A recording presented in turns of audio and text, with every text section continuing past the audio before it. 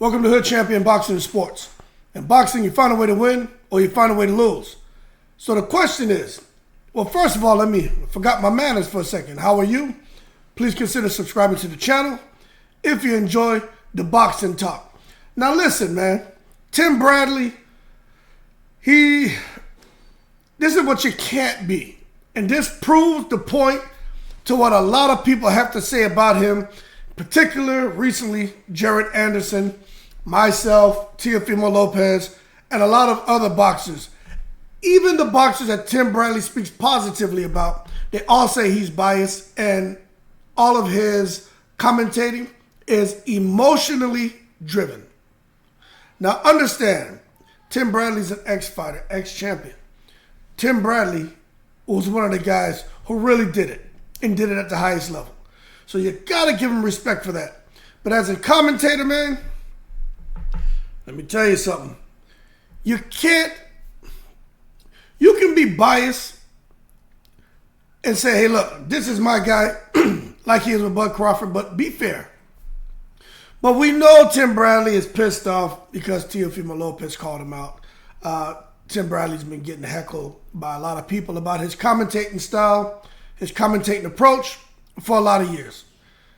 But if you didn't think he was a guy who has a tough time taking the emotion out of his commentating and his emotion out of some of his statements and just being very fair, right? Well, he feels that boxing needs to ban father-son training. How stupid is that? And I don't like to use the word stupid. I like to use the word dumb because, excuse me, my ears itching, man. We're out there at the damn river swimming. But I just think those are hard words. But he goes on to say, ban it. Your father cannot be your trainer. Your father, he can be in your corner. I'm going to get back to that, right? Whatever, but he cannot be your trainer. I think it should be banned, honestly, man. What? What is his basis for making that statement? Now, I'm going to tell you right now. I have an opinion, but I want to know if you guys think Tim Bradley, if he's right or wrong. Now, coming back to where he says, your father, he can be in your corner. Y'all know why he's saying that, right? Because Tim Bradley's father used to be in his corner. Let me tell you something. Not everyone out here is going to use the same approach to trainer, cornermen, cutmen, whatever, as Tim Bradley. In addition, if Tim Bradley's father knew boxing good enough to where he could have trained Tim Bradley's dad would have been his trainer. They had an amazing relationship. At least that's what I gathered watching 24/7 when Tim Bradley was getting ready to fight. I think he was getting ready to fight Marquez. I can't remember the 24/7, but I remember his dad.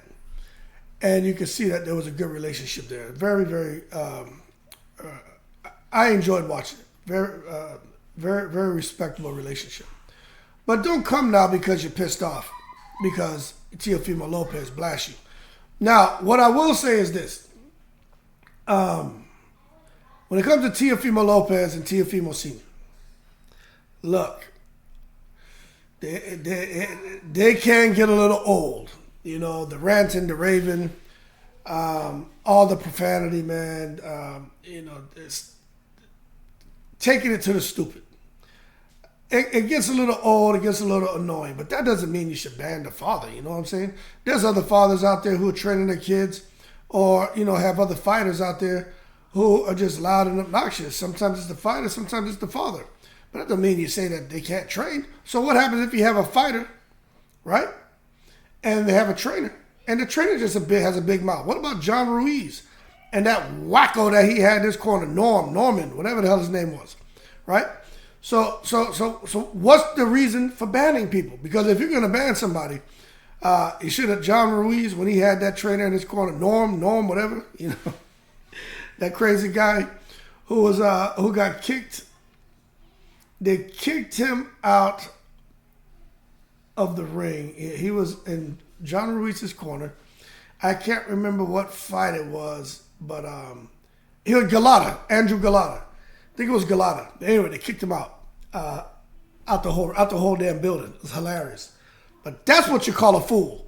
But I haven't seen anything that Teofimo Lopez has done where I think he should be banned. I mean, yeah, they rant and rave and make a lot of noise. But come on, and then Bill Haney, Devin Haney. I mean, look, this is where social media, it can help you, it can hurt you. But when Bill Haney is doing interviews, like press conferences and stuff, I don't think I've heard Bill Haney, carry on and cuss a whole lot and use the N-word. But there's some videos floating around here, YouTube and Twitter and Instagram, where Bill Haney has made some poor choices with his word selection. But at the end of the day, Teofimo Lopez and Teofimo Sr., Bill Haney and Devin Haney, these guys are what I would call some of the dynamic duos as far as father-son, trainer to trainee in boxing. And there have been a lot of dynamic father-son duos. And we just can't come out here and think having a family member in your corner is okay as long as they're not your trainer. Because I think that's one of the best things for a fighter.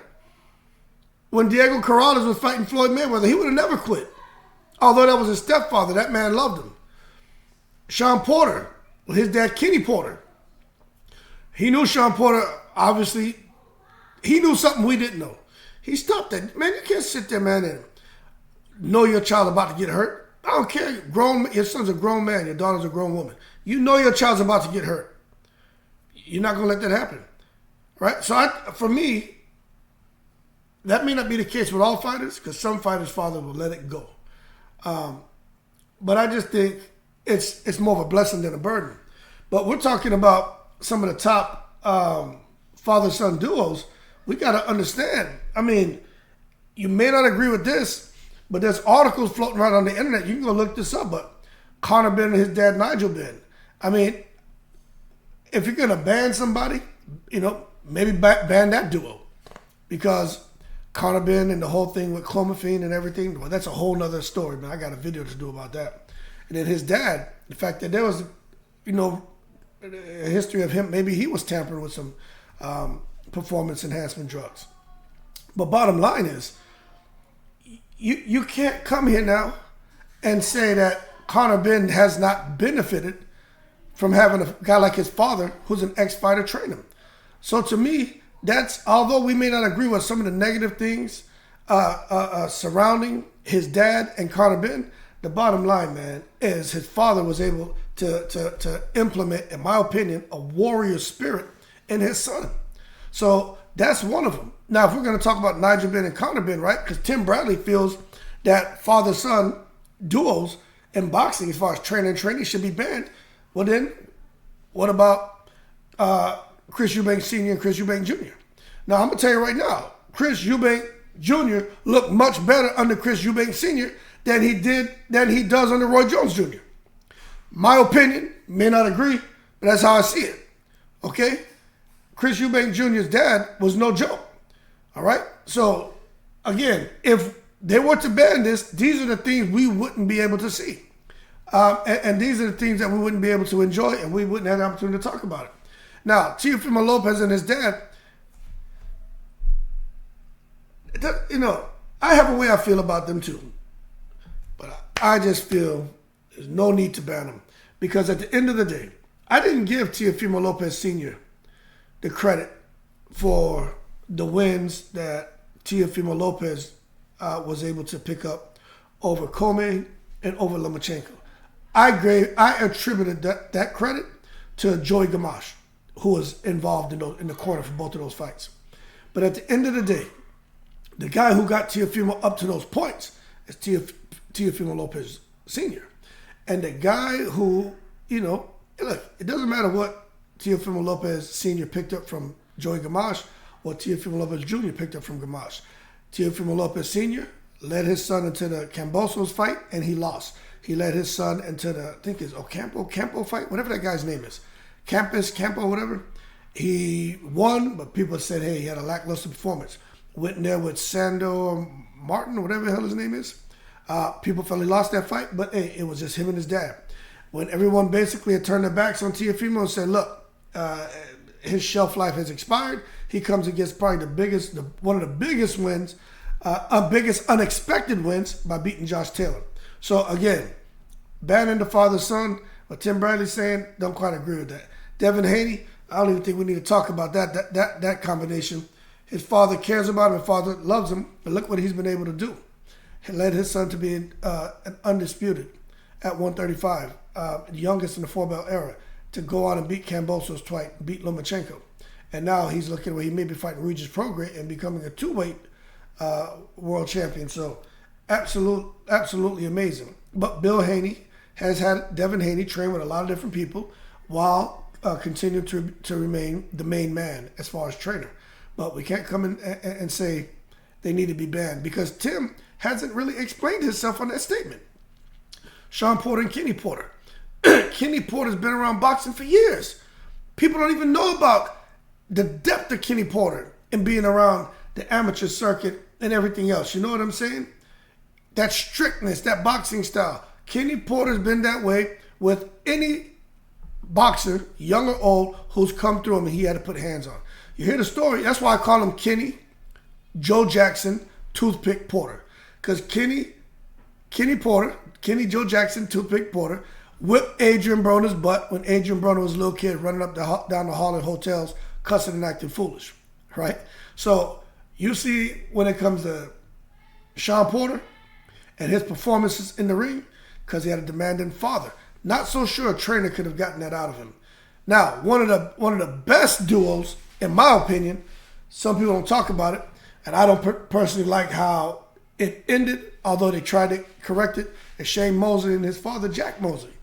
Jack Mosley trained Shane Mosley to be a monster. Shane Mosley, that power boxing stuff they did, you can't come now and tell me that a guy like Shane Mosley and his father, man, didn't have a lot of success as a fighter, man. He led him through the likes of like Oscar De La Hoya, man, fighting Cotto, Canelo, Margarito, and so much more. But you got to understand with Jack Mosley, unlike some of these other guys, Jack Mosley, I mean, man, with them eye bother me. He was a top amateur fighter in his day. See, a lot of people don't know that. So when you see these guys able to develop their children, it's because they've been on those tournament circuits. They've been in those different Golden Glove bouts. You know, like they just probably, for whatever reason, chose not to turn pro. But, you know, their father had hands too. All right? Then Roy Jones Jr. and his pops. Very similar situation. Now, we all know, talk about Kenny Porter and how demanding he was on his son. Roy Jones Jr. father, very demanding on Roy Jones. I mean, they had one of those relationships that, you know, probably more bitter than sweet.